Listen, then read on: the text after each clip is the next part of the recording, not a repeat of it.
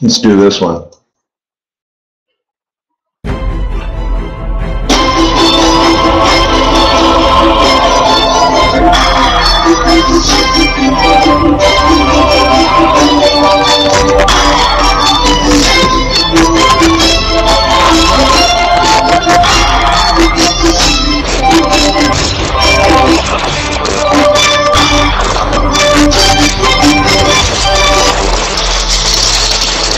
Forex.Today. All right. So good morning, everybody.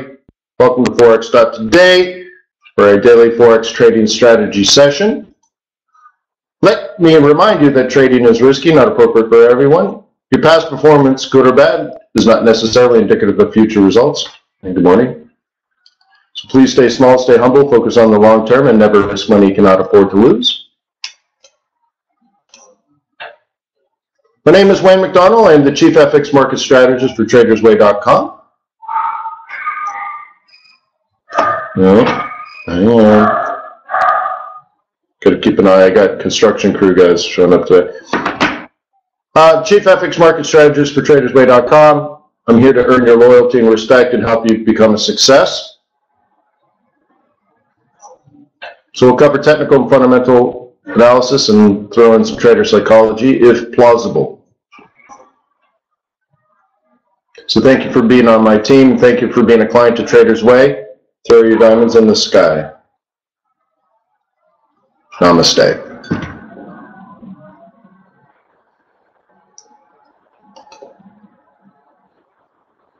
There you go. All right, yeah. All right, so we got some dollar weakness. Well, that's really good since we're bears. Happy with that. So if I look at dollar pairs, they tend to be up. Well, let's say dollar tends to be weak. Right? If these are going up and these are going down, then we have a correlated move with the US dollar. In this case, up, up, up, down, down, down, because we have the denominator and numerator, right? Numerator on the bottom, denominator at the top. This tells us across the board the US dollar is weak, which is nice because I'm fundamentally a bear on the US dollar. So to me, it's not a shock, right? Someone might say, wow, look at the US dollar today. It's so weak. It's amazing. I'm like, it's not amazing at all. Why would it go the other way, right? But that's how a bias works. Why would it go the other way? I wouldn't even understand. I'd be kind of in panic mode if it was going the other way. I'm like, wow, what am I missing here, right? So that's interesting. Now my fear is across the board, the Japanese yen would also be weak because that kind of goes against what I've been trying to say. And well, it's not that weak because these would all be going up, right?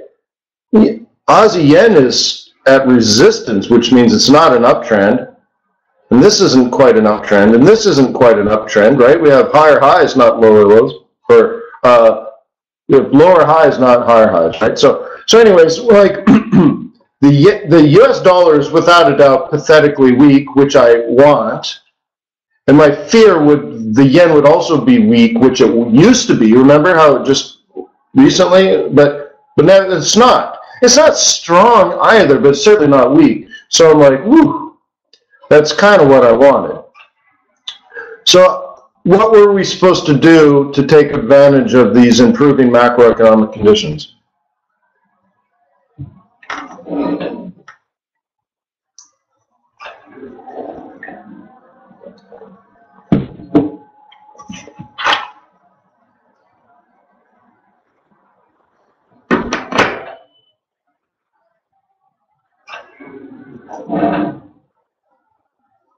Commodities. Commodity currencies, high yield, that kind of stuff. Joseph's commodities are ranging. So what I did yesterday, I guess I got to go here. I got to go hourly. Let's go 15 minutes. I bought a breakout pullback on oil. So we were trapped in here. So I caught a little dipsy-do. I bought oil futures. And now I can actually move my stop to this low now. And if it breaks through this resistance, I get paid, right? So this is already kind of double tested. If it was going to collapse, you would think it would have already collapsed yesterday. But I left my stop at break even as we busted through this resistance area, which I guess I could mark. Label! No, that's not quite what I wanted. Get out of your own way, right? So if it busts out here, then I should be free and clear.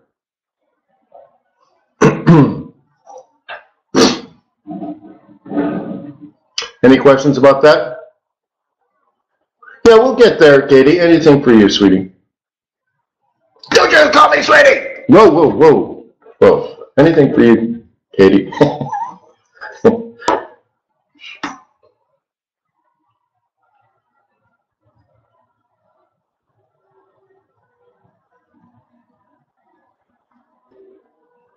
Barry says, I take it you traded for a long time. Nice, bro. Yeah, whatever.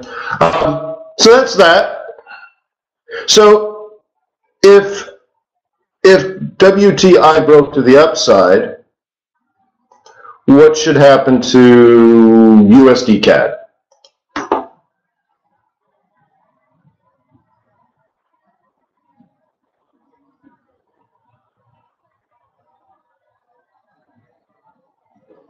Okay, so we can add that.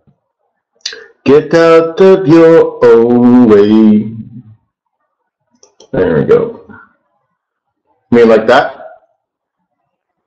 Cool. If you were a weekly swing trader, this is the sell zone. And this is your target. So this is kind of telling me this might actually double top. I might only make this amount of money.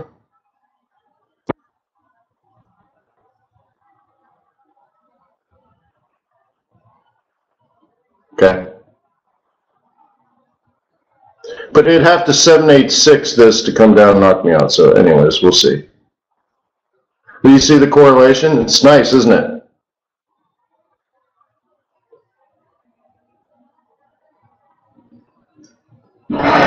Hey Ryan, that message you sent me today about the eyeglasses and inflation in South Africa. Ooh, wow. So I figure you need to make money. One way of doing that is trade the South African rand.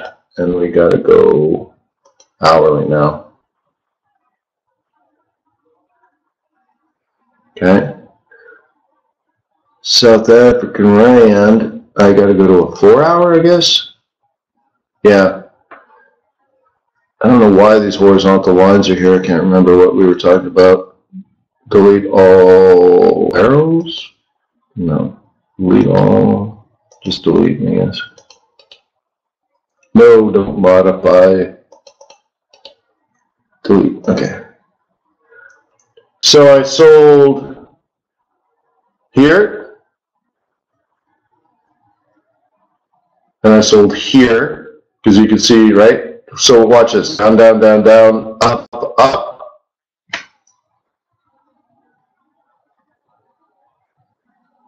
Sell! Down, down, down, down, up, up. Sell!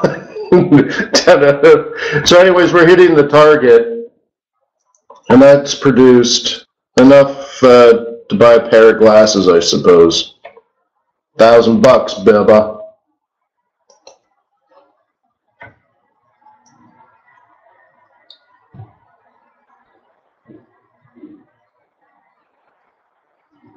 So what I did is this stop and this stop are both in, look at that, 10,000 pips. I have 10,000 pips locked in on this one, and I can't see that. Was it 6,000 on the other? It sounds funny. I have 16,000 pips locked in. Boom!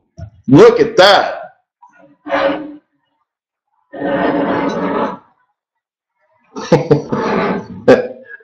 Nice. 16,000. You can't laugh at 16,000 pips.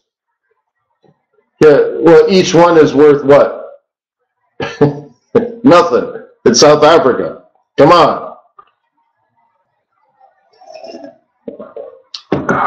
But in dollar terms, it's $800 or $900. So that's not bad. So I guess we have to look at it. Go back to here. So yeah, so I already made $100 on the oil, right? So let's just take profit on that. Just no, I'll leave it there. So that means that's about 900 in the currency trading. But I believe I only ponied up $500. So it doubled my money. I went from $500 to $1,000. That's some nice ZAR, right? Damn good rand. Barry says, how long do I think the US dollar will be weak?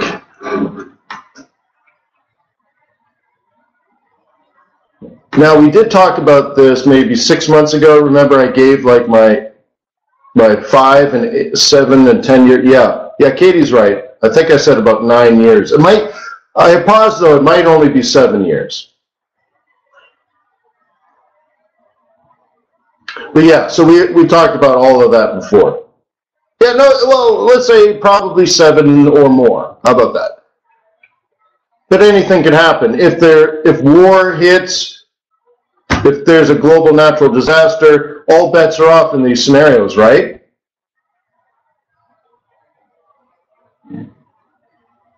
So bearing geopolitical risk or some sort of financial disaster, terrorism can change it, all this kind of stuff. But if we just leave it to peaceful human beings trying to improve their lives for themselves and for their children, yeah, dollar should be weak.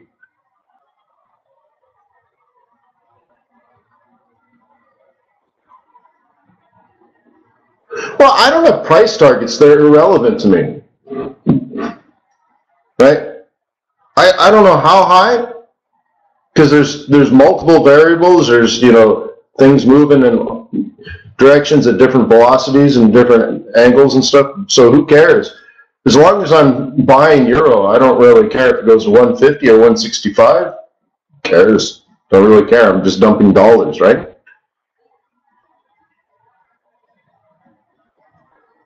But I tell you, if we hit 150, it'll go and then we'll break or I mean, I don't know. We'll see when we get there. So to me, it's all about direction. The rest is technical analysis.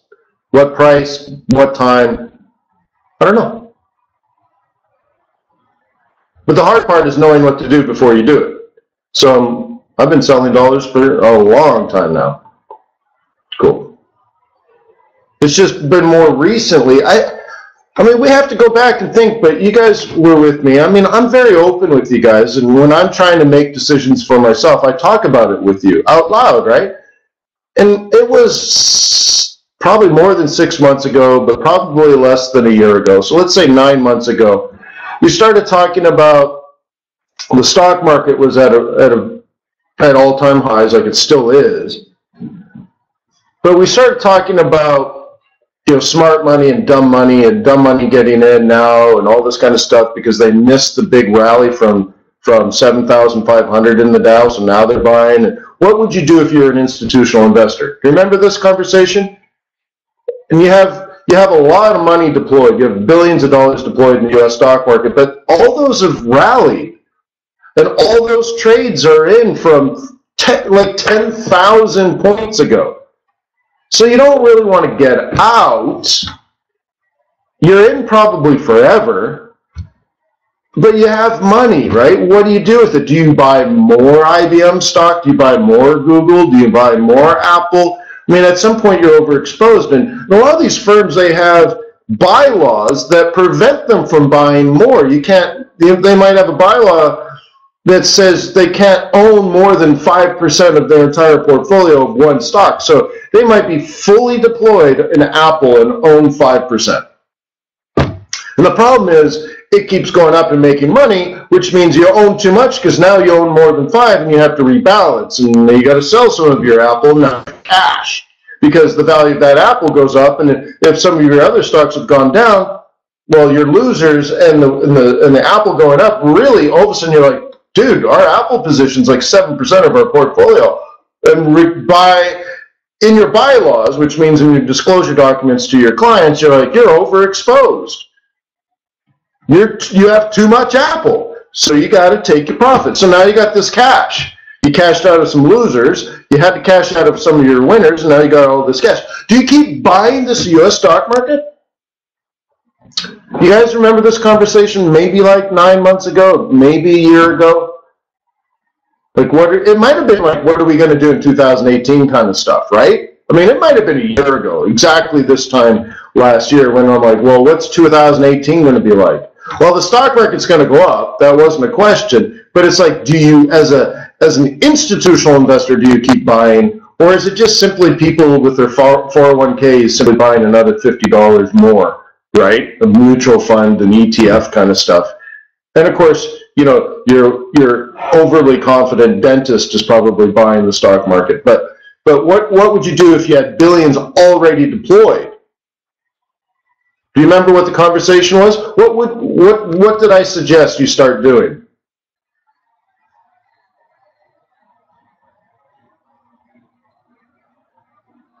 Buy Europe. Why?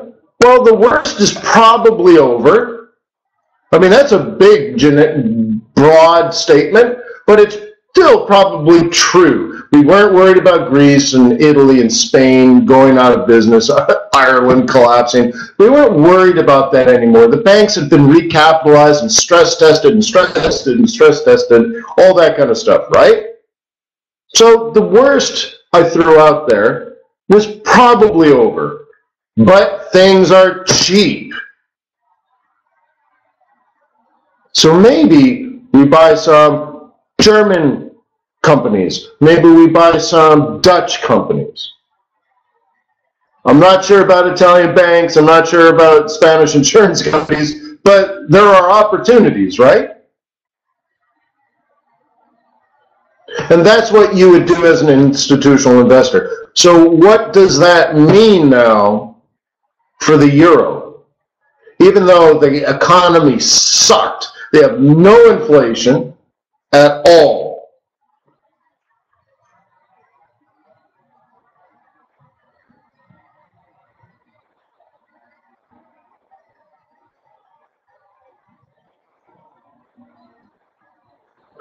Yeah, Joe, and I heard that they closed the bars at 1 a.m. instead of 2 a.m., so boom, productivity went up. Yeah, no, take it back. How rude. Don't need to reinforce negative stereotypes. But yeah, some money flows to Europe, euro gets strong. So the euro economy is like tepid, U.S. economy is ripper hot, dollar weak, euro strong. And then you get talking heads on TV, right, that say the opposite. Oh, euro's going to collapse to parity. Fed's raising interest rates. The dollar's going to be ripper strong, bro. Huh? Right? And I'm like, no. I mean, I've been pretty clear, right? Like, no, not at all. Not even a little bit. Like, no, the textbooks are wrong. What you hear on TV is actually factually wrong. So in my first class yesterday in macroeconomics, there was a quote that I liked. The plural of antidotes, am I saying that right? Antidotes? The plural of anecdotes is data. So what he was commenting on was, throughout the industry, and probably all industries, most people sit around throwing around just truths, what everybody knows to be correct. Yeah, anecdotes, right? The plural of anecdotes is data. I like that, right? So anecdote, I guess, the plural of anecdote, which means like just common knowledge. Things like Fed's raising interest rate, the stock market's going to collapse and the dollar's going to get strong, right? How many people have heard that? Oh, the Fed's raising interest rates, the stock market's going to crash, right? Anybody hear that? Oh, the Fed's raising interest rates, the stock market's going to crash. The bond market's going to rally, the dollar's going to get strong. And has any of that happened? The Fed raised interest rates. The stock market's up like 20%. The Fed's raising interest rates. Right? 1 year ago, the 10-year T-note was 2%. It's like 2.65% now, which means the bond market's crashing as the Fed's raising interest rates. And it's like, oh my God. Right? People are freaking out, and the dollar's weak. It was down 12% last year. Like, oh my God, what's happening? Well, everybody's stupid. But you've lived on Earth long enough to know that that's true anyways. Now, what sucks is you find out the smart people are stupid.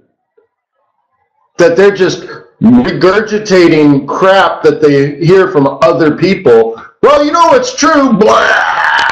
Hey, the Fed's going to raise interest rates, the stock market's going to fall. Blah! Dude, they're raising interest rates because market conditions are awesome, which means this market will go up. So it's like they're just flat out wrong. I'm gonna take care of this anyway.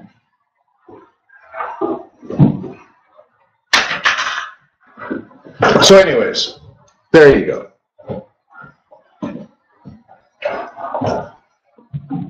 Yeah, lots of myths, huh? But that's cool because we can beat them. I don't care. It's just like, keep it a secret between you and me, right? Whoa, whoa, whoa. It's just us. It's just, let's keep it in the family. You'll never let your secrets out of the family. You keep it in here with us. Huh? I kind of bombed that. I felt it coming on, and then I didn't know what to say. Yeah. So I'll make him an offer. But I can't do that because Michael said that. Right? Michael said, I'll make him an offer he can't refuse. Right? To Mo Green. So anyways, whoa, whoa, whoa. I was talking about the old man.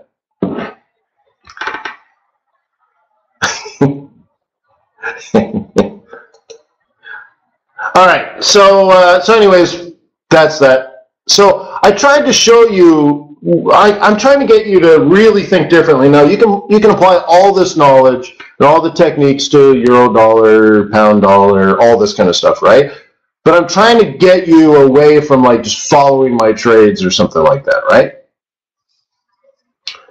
So I'm trying to focus on the bigger picture and give you the knowledge and then, you know, that kind of stuff. So throwing out Turkish lira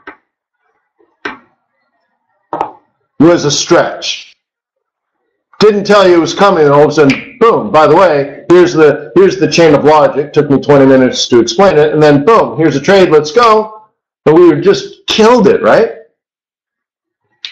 And then kind of without any sort of forward warning, boom, let's go czar, right?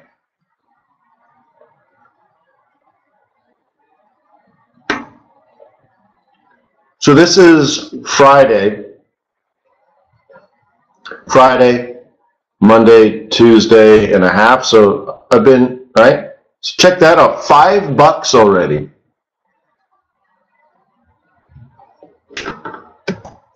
in yield. You always have to put it in context, right? Like, what does that matter? Especially if I'm up $565 on that trade. Who cares about the $5, right? So what is it? $4.84 over the 250 I ponied up for the position. 2%. In 3 days, I have 2% return on investment. Right? So again, I have to remind you. So I have to do what? 1.62. That's for 1 day. Times 365. Gotta be careful on this. 365 days in a year, because I get paid, right? $600, right? For this 2.5 mini lots. I get $600 a year in interest, but I only paid $250 for it, right? So 240% a year in interest. Now it sounds good, right?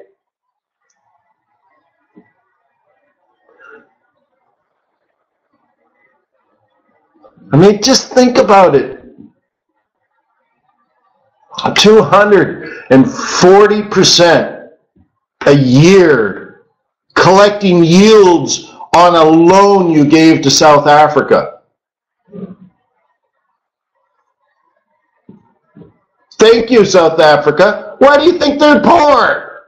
Because they're paying all the money to the people lending the country money. Yeah, it's for building fireproof pools. But it sucks if you're South African, because we have a lot of South African friends here. It sucks, but you're like, where did all the money go? Why did everything double in price except, why did everything double except my salary? Well, because you're paying me 240% a year in interest payments plus principal, right? For a loan. That sounds fair, right?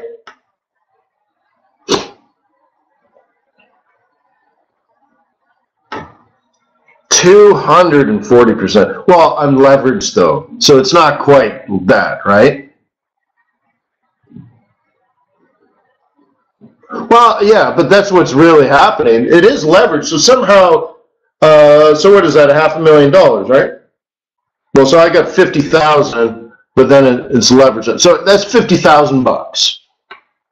Isn't that sweet? $50,000 I'm being paid interest on, but I only ponied up $500 in cash to give a $50,000 loan to South Africa. Of course I'm going to make a high return on investment.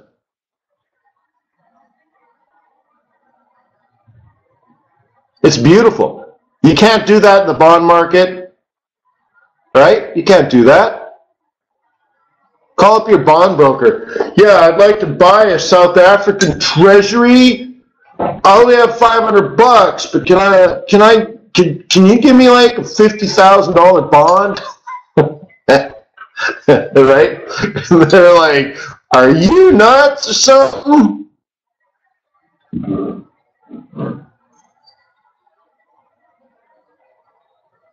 Yeah, click.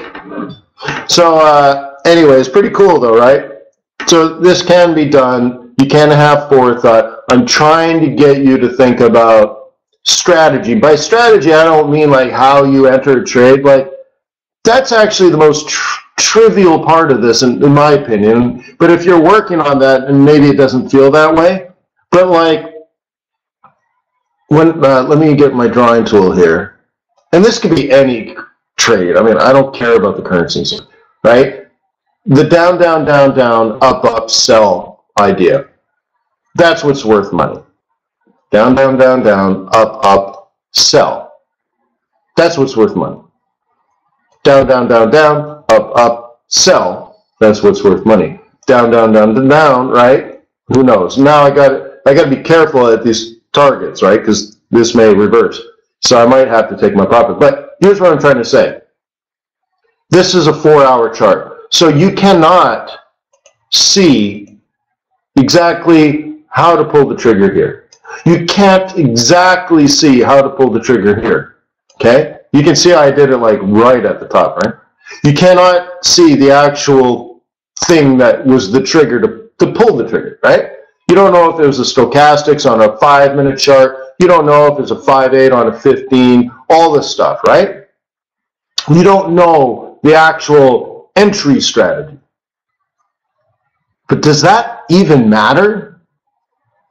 The difference would be 8, 10, 20 pips or something here or there. You use an ADX, I use a stochastic, she uses an RSI, someone else uses a 5-8 cross or an 8-13 cross. I mean, who cares? Some people use limit orders, some people just pull the trigger blindly, right? There was an Ikimuku cloud. I mean, all of that is like taste, isn't it? Style. But what's the most important thing here? You're sold in a downtrend.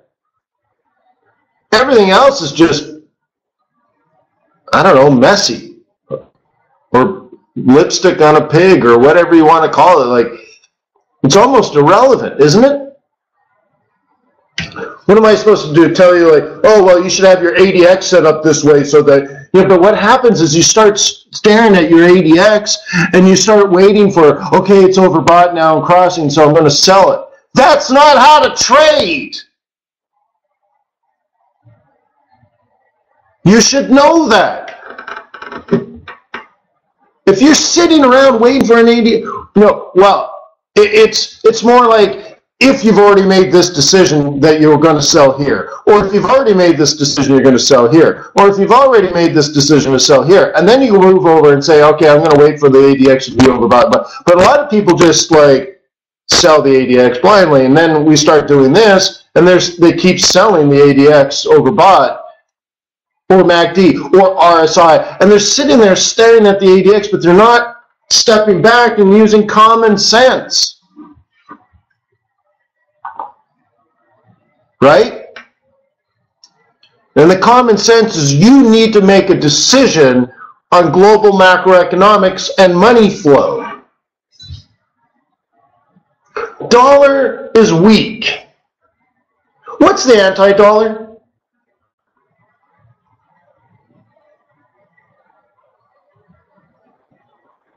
Gold. Give me 2 economies in the world that produce a lot of gold relative to their GDP. Australia and South Africa. Thank you. Blatant obvious, since we're talking about it. Yeah, those economies might benefit from this because they export a lot of gold.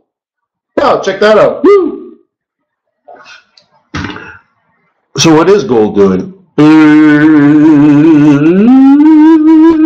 Where's my gold? Gold, gold, gold. Why can't I see it? What do I do with it? Oil. Oh, there it is. I have it up there. Whale oil B. Gold went up. Now, I'd be very careful here. Isn't this a great time to take profit? Huh? But still, look what happened. So remember, oil broke to the upside. I bought oil futures. I could have bought CAD. Instead, USD CAD tanked. Well, at the same time, gold went up. South African rand went up.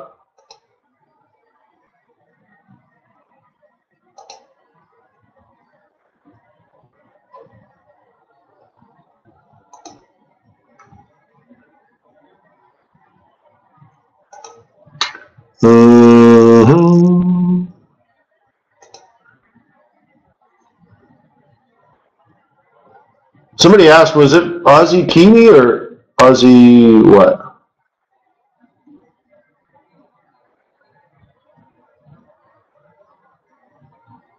Well, you got to be careful, Joe, because they may have done that, but you always have to ask why. And the long term. So what I'm studying in macroeconomics is that there is a long run potential in GDP of an economy, which is smooth and flat. And I guess, how do I draw it backwards? I always mess this up.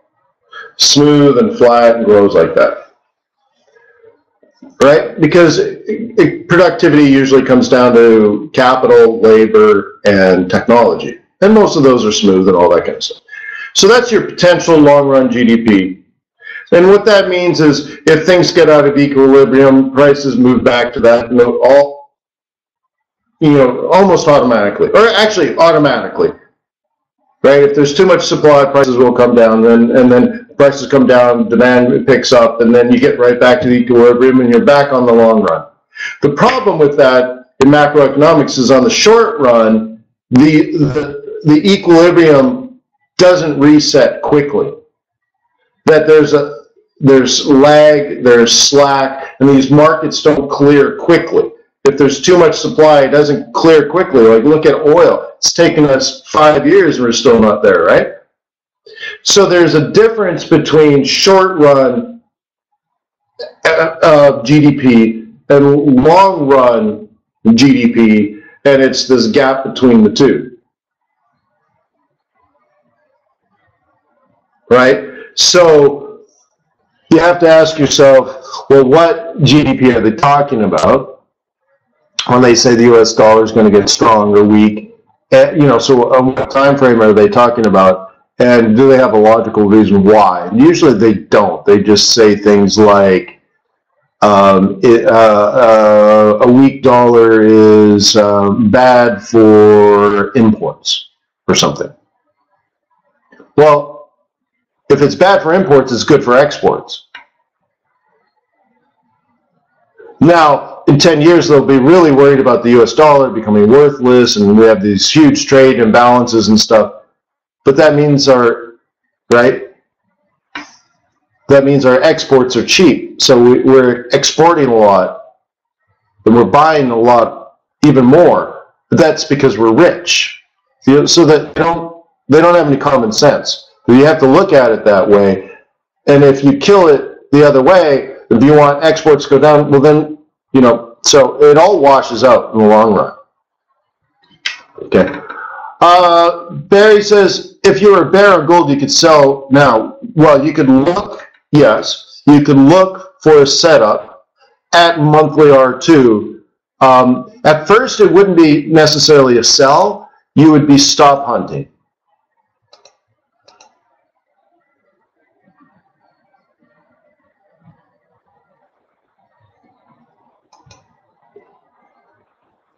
Okay?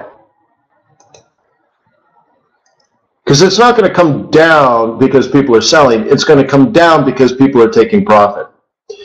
And other people that maybe are not using these pivots, they're going to jam their stop and lock in as much profit.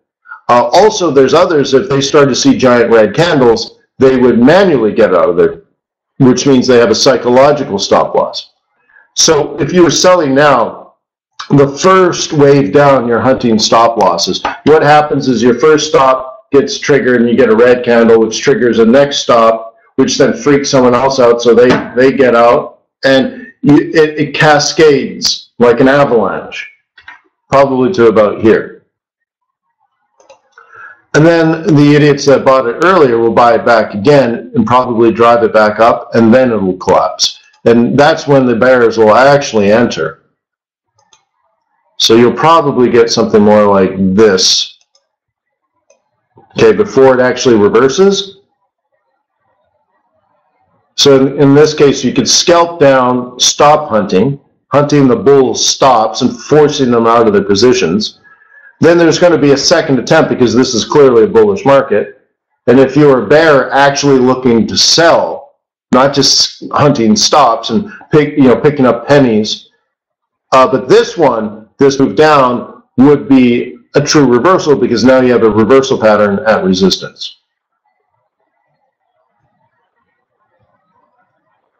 Okay?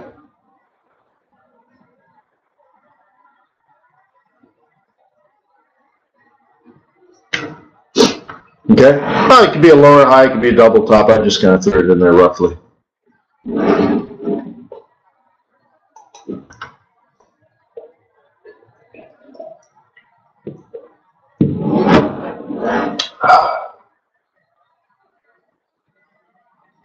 Okay, so you wanted, Katie, that was the one you asked for? Okay. See, it's really funny because I would never look at Aussie Kiwi to trade. It's just something I don't do. But, all right. Do you know why?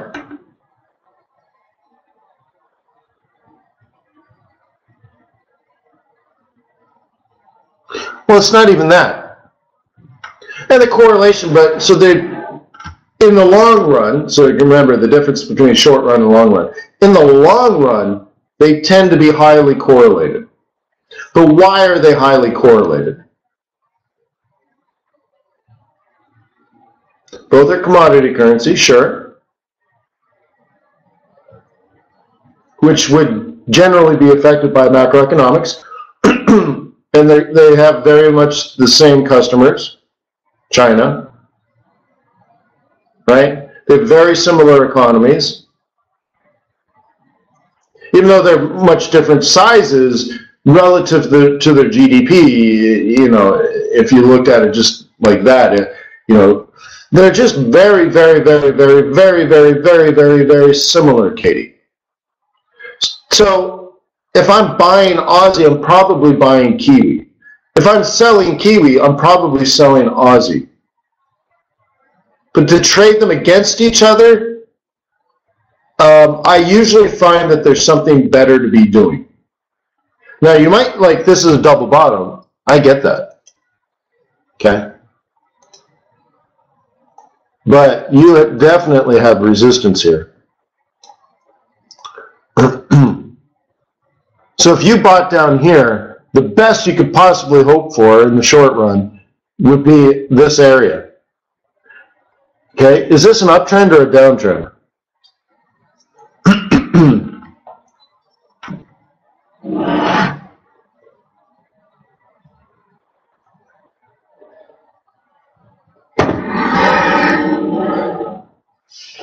Right? So you could be buying pound dollar. You can be, I mean, there's just so many better things to be doing with your time. You should look at that and say, neutral. I mean, yeah, you could pick this up off the bottom. That is no doubt. There's no doubt that that's a bottom. But what's the target? Like maybe here, maybe here. But what I hope for you, Katie, is a trend.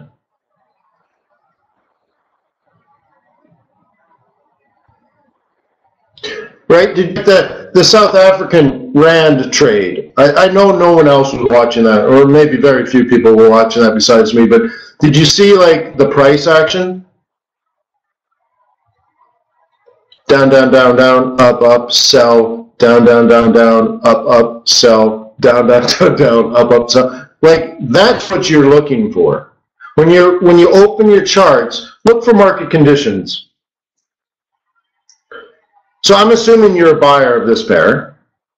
I might be wrong, but I'm going to assume that because we're at support.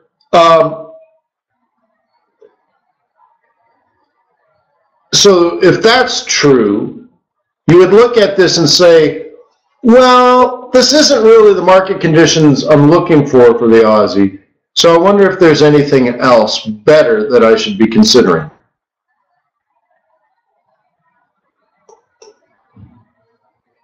Well, that's pound Aussie. Wow, Aussie's getting sliced, huh?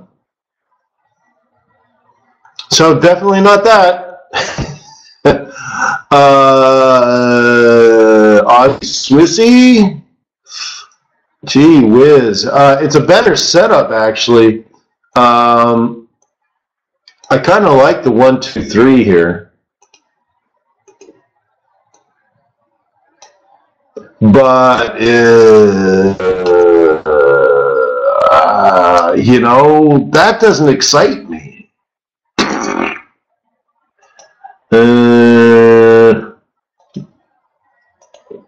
Okay. How about this one?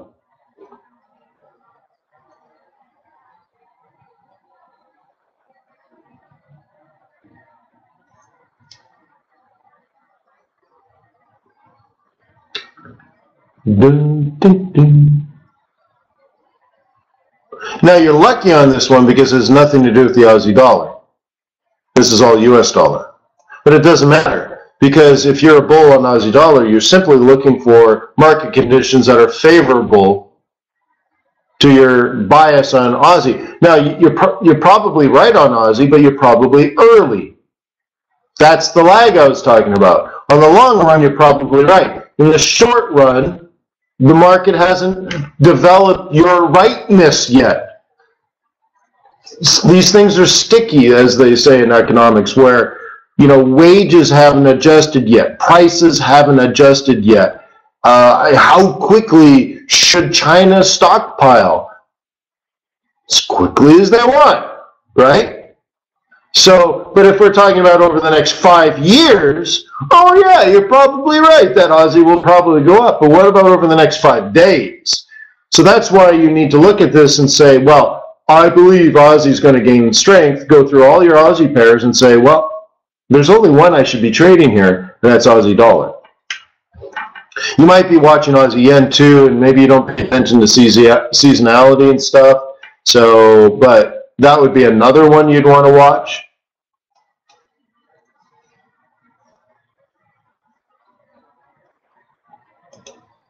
Okay, but I already have this one set up for you.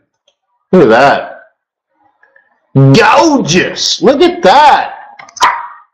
That's nice, huh? You can see how I drew this before it happened, so I guessed about a 50% retracement, then looked to go long. I'm sorry, it's 786 and then went up. This is a telltale sign. You know what this looks like to me? And I got to be careful because my confirmation bias is set in, but it feels like the next thing it's going to do is come down to this.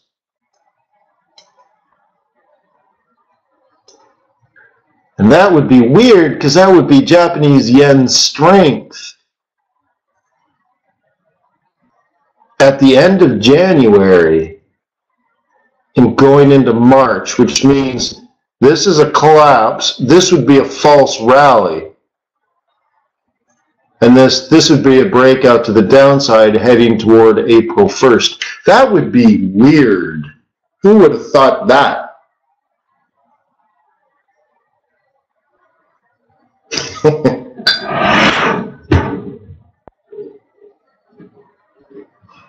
That's weird.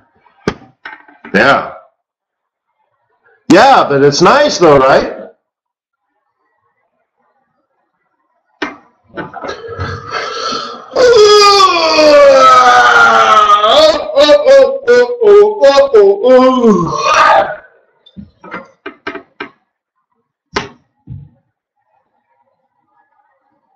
That's weird. If that falls, wouldn't that be weird?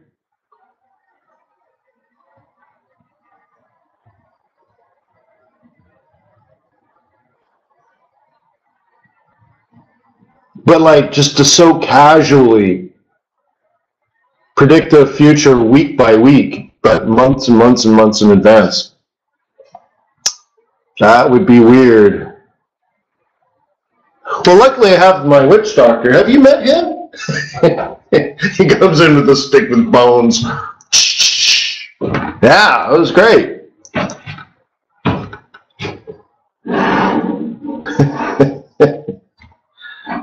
No, his name's Tim. Tim, come on in. Yeah. Oh, you typed it. Nice. That's, wow. Ryan knows all my jokes now. Holy crap. I'm going to have to go somewhere, meditate on some new jokes. Just for Ryan's sake. So anyways.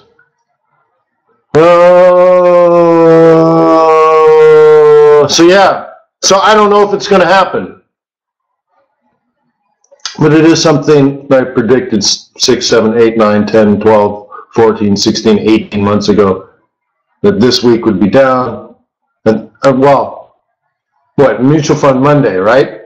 Mutual Fund Monday down, false rally, and then a downward trend, really heading to April's non-farm payrolls.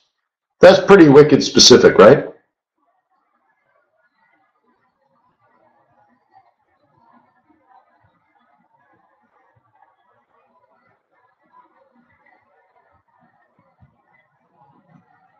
Okay.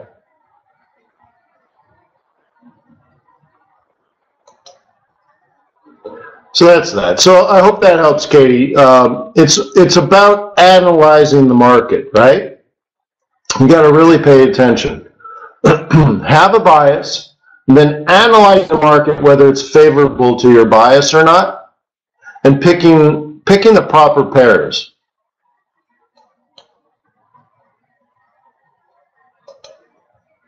Look at these moves, huh? This is dropping like a ton of bricks, and you're messing around with Aussie Kiwi, right? I'm like, Katie, if I was your boss, you were trading for me. I'm like, Katie, what are you doing? I just can't get a break. None of my trades move. They're all stuck in the mud. I get going. I'm not really losing money, but I just can't. I can't get a pip. I'm like, well, what the heck are you doing? Right? Like, commodities are rallying. The dollar's tanking. Macroeconomics are just busting out. Gold's rallying, oil's rallying, CAD's rallying. Dollar's tanking. And what are you doing? Trading two commodities against each other? Oh, what? Well, I'm trading gold against dairy, and we're going to find out who's the winner. Well, you should probably be trading Aussie against something else and Kiwi against something else, but not Aussie against Kiwi. You got it? Consider them cousins. Family shouldn't be fighting. Yeah. No, well, beaten to death, but you'll never forget, right? 9 years from now, you'll hear me. You'll hear my voice. Your mouse will be creeping over to the little Aussie Kiwi tab, and then you hear my voice. What are you doing? You don't trade these two. They're family. Family members don't fight. Don't even click it. Yeah. I mean, you hear this from me in other ways, right? When someone says things like, Wayne, can you look at Aussie Kiwi? And I'm like, no. How many people have heard me say things like that, where I'm just like, I refuse to look at a currency pair that somebody, right? And the reason for it is, I don't care. I don't even want to know. Like, God forbid, I open up that Kiwi and I like, first thing I see is like, oh, there's a bottom. But see, it's a lie. Yeah, okay, buy it at the bottom, and then it won't do anything. And you just missed another one, a brilliant trade somewhere else, right? So it's like, yeah, I don't want to know, because I might believe it. It's a lie. I might believe the lie.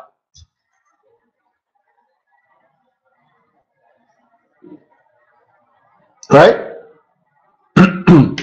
So I don't want the distraction.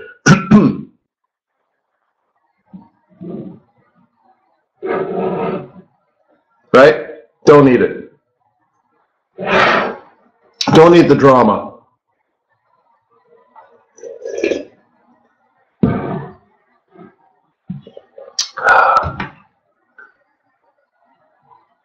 Well, they shouldn't fight. They should keep it within. Right? never go against our family in front of outsiders. Fredo, Sonny, don't fight like this in front of others. Be like Michael. Michael's a good boy.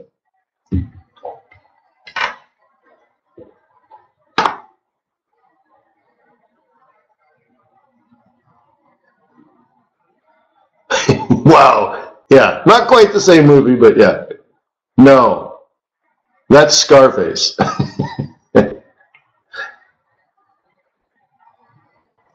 Yeah, I'm doing Godfather. Yeah, I'm trying to do my best. So anyways, look at the lira, man, just ripping it. Look at this peso, guys. Peso ripping it.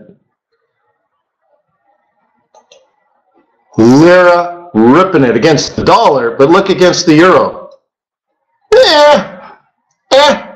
Right? Emoji. Why? Euro. And I told you about that. I don't want to trade the euro Turkish lira, because they'll both be strong. Right? And if lira ever gets weak, which I think is plausible, right, then euro's just going to crush this. I don't mind sitting on a high yield sideways moving market. Carry trades you actually want that way, because you don't want to get all upset about the pips. And I think I wrote that in my book, right? That a professional trader worries all day and all night about all the money they're making, and an amateur trader worries all day and all night about the money they're losing. Well, if you're a professional, you don't lose money, so it's not a worry, like, right? You worry about the possibility of losing money, but it's not your job. You wouldn't be a professional if you lost money, right? So it's more like, what do you do when you build a portfolio of 50, 60, 70 trades? They're all at break even, and you're earning $1,000 a day in interest payments, but you're making $10,000 a day in pips. I mean, it could be even more than that, right? What did I make today in interest payments? $6. But I made $1,000 in pips. So at some point, then you're like, well, if I get out now, it's like years of interest payments. I could just get out now and be done. Of course, you never are, right? So do you take the $100,000 in cash, or do you keep the $1,000 a day? You see what I mean? Because you're like, that's 100 days. But what if it was 300,000 in cash you're sitting on right now, floating profit, 300,000 in cash, but you make $1,000 a day in interest? Which one do you worry about? And all of a sudden, I'm telling you, your stomach's churning, you can't sleep at night, because you might wake up and the market dropped 200 pips while you were sleeping. 200 pips times 70 trades, you're like, oh my God, I just lost it, right? And it's eating at you. And it's hard to breathe,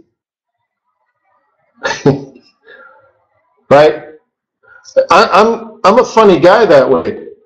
My wife says, make coffee for the morning, load the coffee maker, so that in the morning we'll have coffee ready to go because we need to leave early. Yes, dear. But then I go right back into my zone, and I make coffee. And then she's like, is the coffee maker running right now? I'm like, what? Oh, crap. I turned it on, and it's making coffee in the night. She's, no, I wanted it in the morning. I'm like, I know, but I got lost. I do this all the time. I was walking around the kitchen this morning. She's like, why are you holding your pajamas in your hand? And I'm loading my coffee at the coffee maker. I don't know. I did my hair, put my clothes on. I walked downstairs with holding my pajamas in my hand, walking around like I'm always lost in thought. And I'm usually thinking markets and stuff like, oh, what do I do? What do I do? Do I get out? Do I stay in? Yeah. So I will be the old man walking down the street in the slippers, And they'll say, oh my God, does he have Alzheimer's? They're like, no, that's Wayne. He's a currency trader.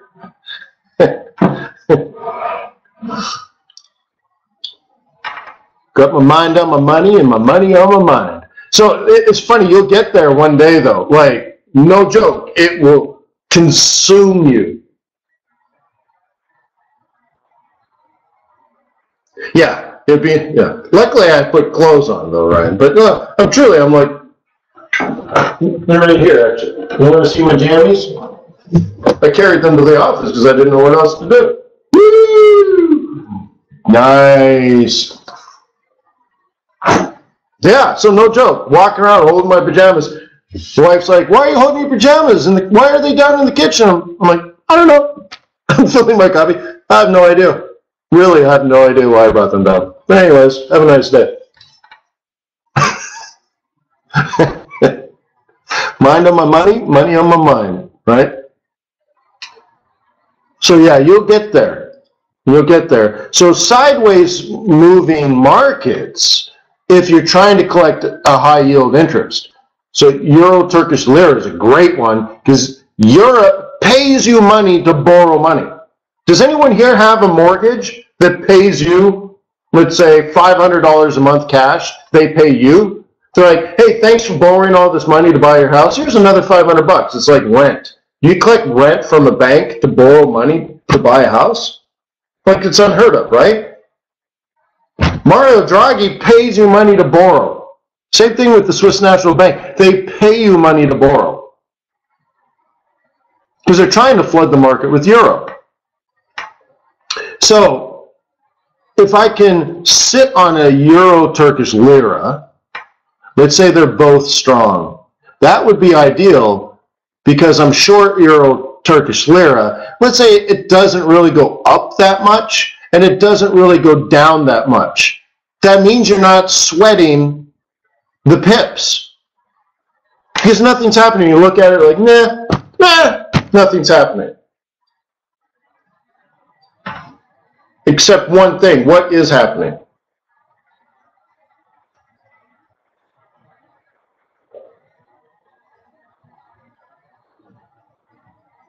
They pay you money. You collect yield 300% a year.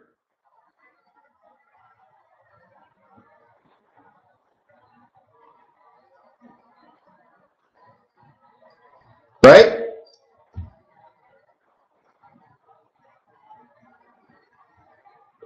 And Ryan, 4 times on Thursday after long weekends. You can own this, you could sell this pair on a shortened week when U.S. banks are closed on Monday.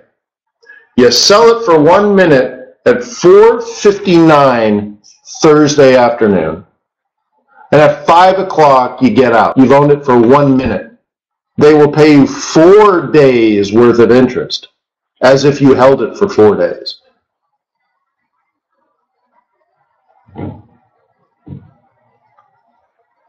It's nice. Okay. So anyways, I hope I'm getting you to think bigger, longer term, all that kind of stuff. Finding your bias, looking for market conditions, finding the right pair. That's so more important than a 5A cross and stuff. But I've been teaching people how to trade a 5A cross for 12 years. I mean, there's 3,000 videos I'm responsible for on YouTube. They all cover it. But, you know, I can do 3,000 more if that's going to be helpful. But I bet you there's a diminishing return, right? So I think if I can get you to be, let's say, a strategist first, you can take anyone's technical, entry method, whatever it is. It doesn't matter. You should be able to do well if you know where the direction is.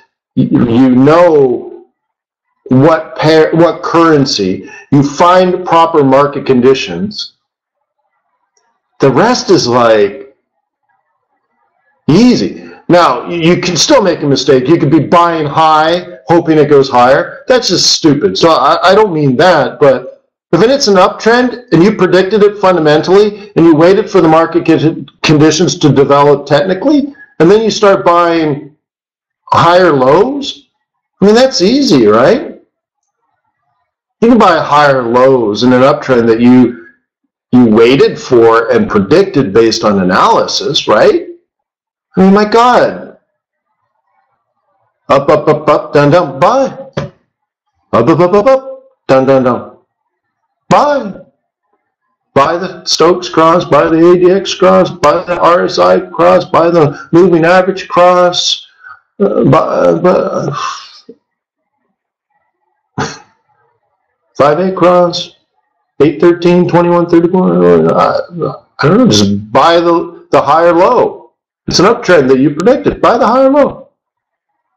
Use a Fibonacci study. That's why we have Fibonacci studies. When you see a trend, use a Fibonacci study to buy the higher low or sell the lower high. That's what Fibonacci is. If you use it in a range-bound market, you don't understand what you're doing. So if you boil it down to really basic pieces like that, you can survive this thing called Forex. And once you learn how to survive, then you can learn how to thrive.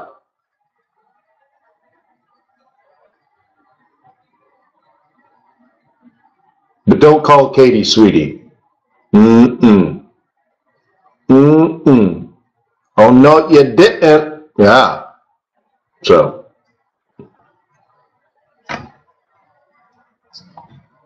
peace on earth. May the pips be with you. May your profits be above average. And I will see you tomorrow. Cool.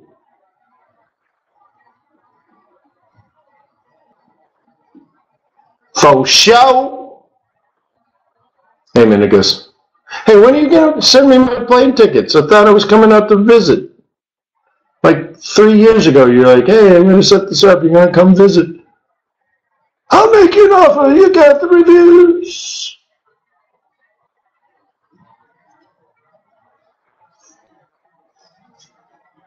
Yeah, I've been sitting by the phone like a girl waiting to be asked to the prom.